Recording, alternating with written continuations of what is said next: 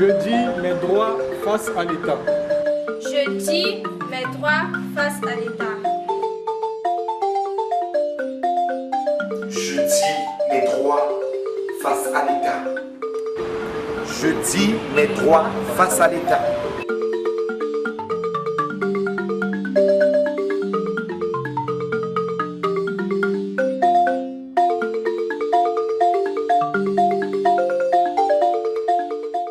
La Commission nationale des droits de l'homme et le PNUD Congo sont plus que déterminés à poursuivre leur coopération en vue de la protection et la promotion des droits de l'homme sur le territoire congolais. Cette volonté manifeste des deux parties a été traduite le mercredi 18 août dernier à travers un protocole d'accord signé par Gabriel Etekaïmé, président de la CNDH, et Malay Diop, représentant du PNUD au Congo.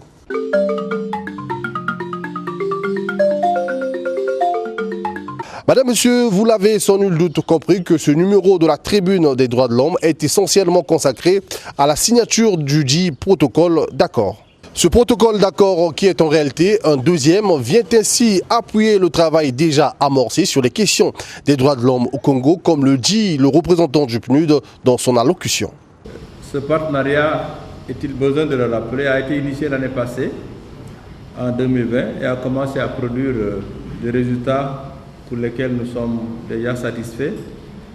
Il va falloir donc continuer à avancer en 2021 et bâtir sur ces acquis dans l'intérêt de la protection et de la promotion des droits de l'homme au Congo.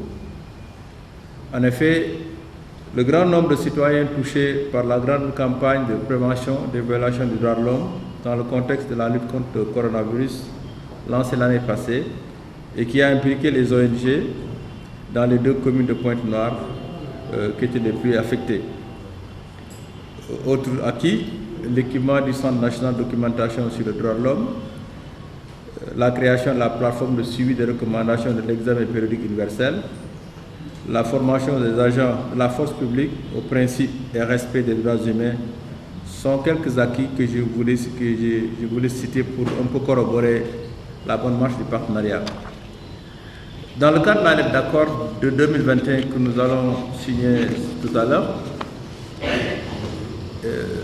nous allons continuer les efforts et s'appesantir, notamment accompagner les actions liées au lancement du centre de documentation pour les droits de l'homme en la faveur d'une exposition sur ces activités qui devra être réalisée cette année. L'opérationnalisation de la plateforme électronique de suivi des recommandations de l'examen périodique universel par le financement des descentes auprès de certains départements ministériels ou autres organisations détenteurs d'obligations relatives à ces recommandations. Enfin, la réalisation d'un deuxième séminaire de formation des agents de la force publique sur la promotion et la protection des droits de l'homme dans le contexte de la lutte contre la pandémie qui est toujours présente.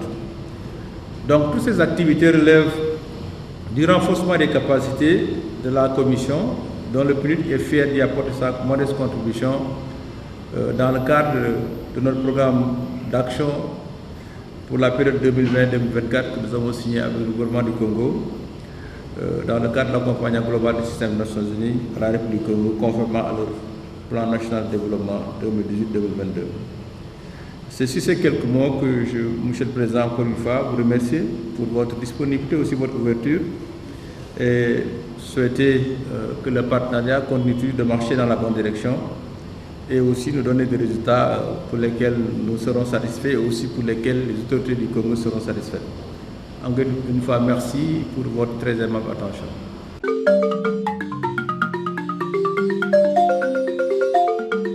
Pour sa part, Gabriel Valère Etekaïmé, président de la Commission nationale des droits de l'homme, dans son mot de circonstance, salue le fructueux partenariat qui existe entre l'institution dont il préside et cette agence onusienne. Le séminaire de formation sur le thème Force publique et droits de l'homme que la Commission nationale des droits de l'homme et le Programme des Nations Unies pour le développement ont organisé conjointement le 21 mai dernier sur un thème assez pertinent et dans un contexte mondial de peur et de pertes immenses en vies humaines causées par la pandémie de Covid-19 ne restera pas une activité isolée. Son envergure donne une suite ce jour par la présente cérémonie de signature de la deuxième lettre d'accord entre la Commission nationale des droits de l'homme et le Programme des Nations Unies pour le développement. Dans mon discours d'ouverture de ce séminaire de formation, je nous disais que nous serons amenés à multiplier ce genre d'initiatives qui nous rapprocherait sans cesse, nous conduirait à élaborer ensemble des stratégies pour éduquer nos citoyens et citoyennes et nous ouvrirait de nouveaux et radieux horizons. Nous y sommes. Monsieur le représentant résident, au nom de mes collègues membres de la Commission nationale des droits de l'homme et de nos collaborateurs et collaboratrices, je vous dis toute notre reconnaissance pour votre constante sollicitude dans cette coopération très fructueuse entre nos deux institutions. Bien que la tendance actuelle de l'évolution de la pandémie de Covid-19 soit à l'amélioration de la situation épidémiologique en République du Congo,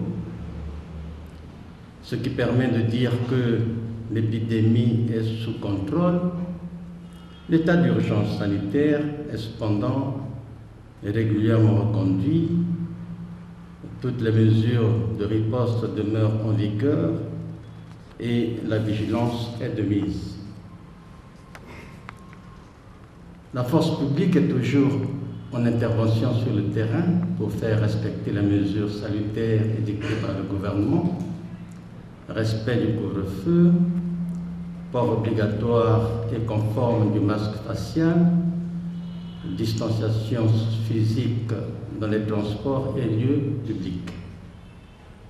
Dans ce contexte, les droits humains sont potentiellement menacés. En effet, la période d'exception de l'état d'urgence sanitaire constitue une menace potentielle d'atteinte aux droits de l'homme. Pourtant, ceux-ci sont un levier essentiel dans la riposte à la pandémie. Par ailleurs, une vague de désinformation circulant dans la population à propos de la maladie même et des vaccins suscite et entretient doute, scepticisme et résistance au point de mettre à mal le dépistage volontaire, le respect des mesures barrières et la vaccination massive. C'est dans cette atmosphère que nous venons de célébrer le 61e anniversaire de l'indépendance de notre pays, la République du Congo, sous le thème « Dans la paix, résilions face au Covid-19, solidaires pour la vaccination, relançons notre économie ». Dans cette optique, le message du président de la République, son Excellence M. Denis Sassou Nguesso, à l'adresse du peuple congolais le 14 août 2021, a été suffisamment éloquent et édifiant. Puissions-nous le relayer. Je ne terminerai pas mon propos sans, encore une fois de plus, très sincèrement et humblement remercier à travers vous, Excellence, Monsieur le représentant du PNUD, ici présent, le PNUD, l'un de nos partenaires techniques et financiers, qui nous apporte un appui considérable et constant dans la réalisation de nos projets et sur lequel nous comptons énormément. Infiniment merci, Monsieur le représentant. Je vous remercie pour votre aimable attention.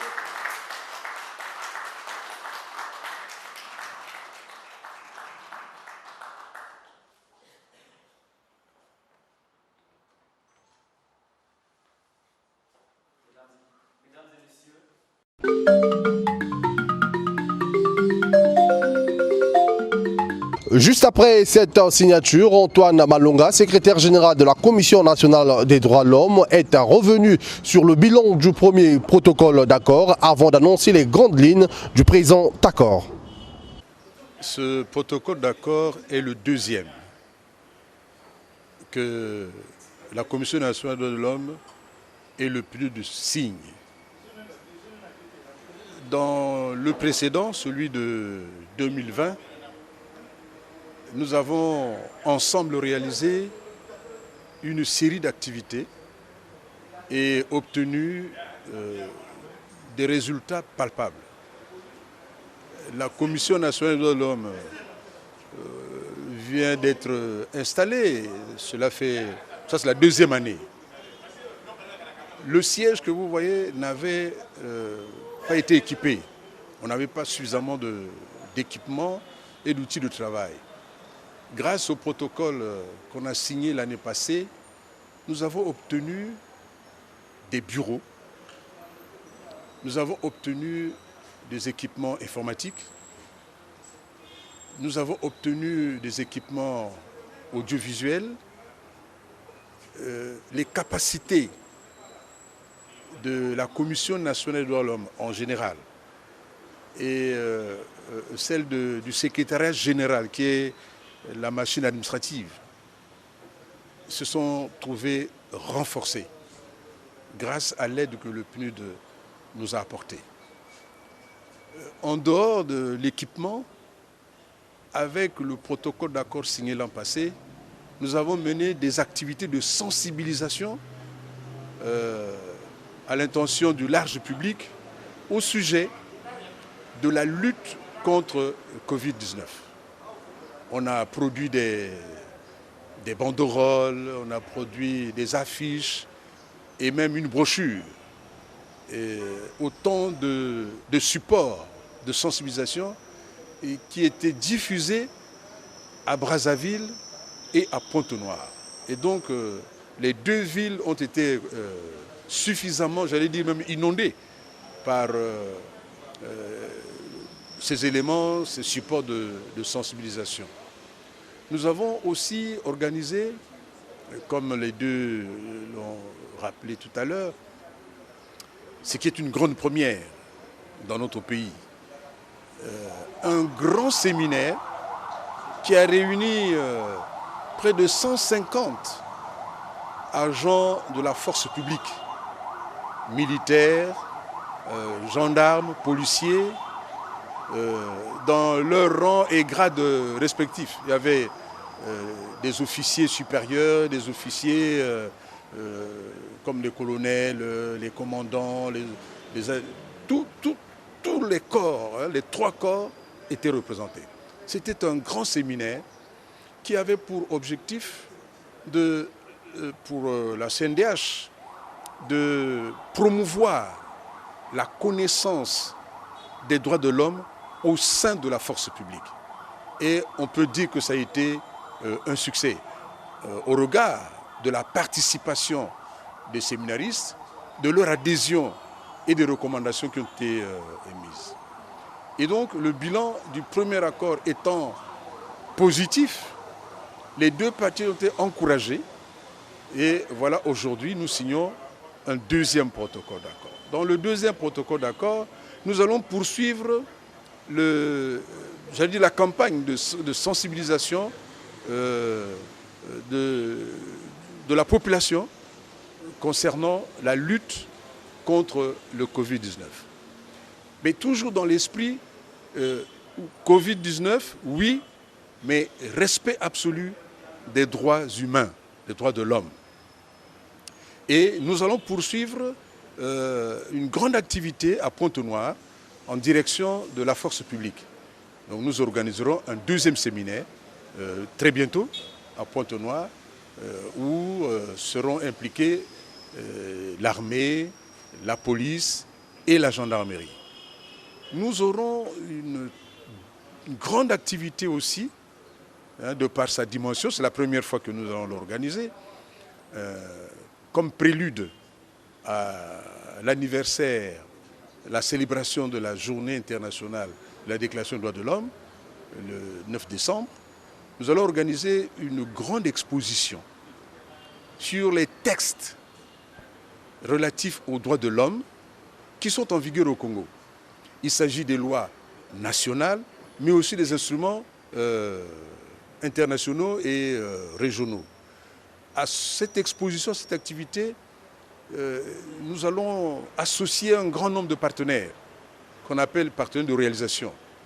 À tout hasard, je cite le ministère de la Justice, le ministère de la Défense, puisqu'ils ont un comité permanent de promotion des droits de l'homme, les différents conseils consultatifs des personnes vivant avec handicap, de la femme, et l'UNESCO pour les droits de l'enfant, le HCR pour les droits des réfugiés,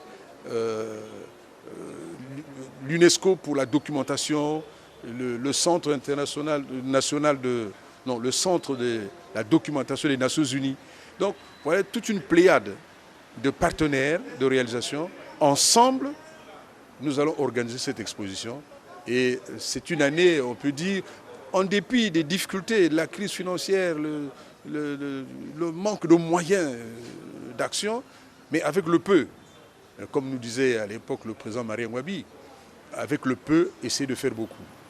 Avec rien, faire peu, mais avec peu, faire beaucoup. Et je crois que là, avec l'appui, j'allais dire le précieux appui du PNUD, la Commission nationale des droits de l'homme est en train de réaliser des choses et en train de promouvoir les droits de l'homme dans notre pays.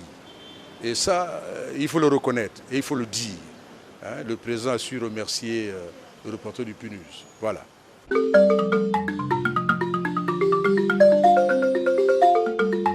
Madame, Monsieur, c'est par là que nous mettons un terme à ce numéro de la Tribune des droits de l'homme. Merci de l'avoir suivi. Je vous retrouve jeudi prochain dans un autre numéro.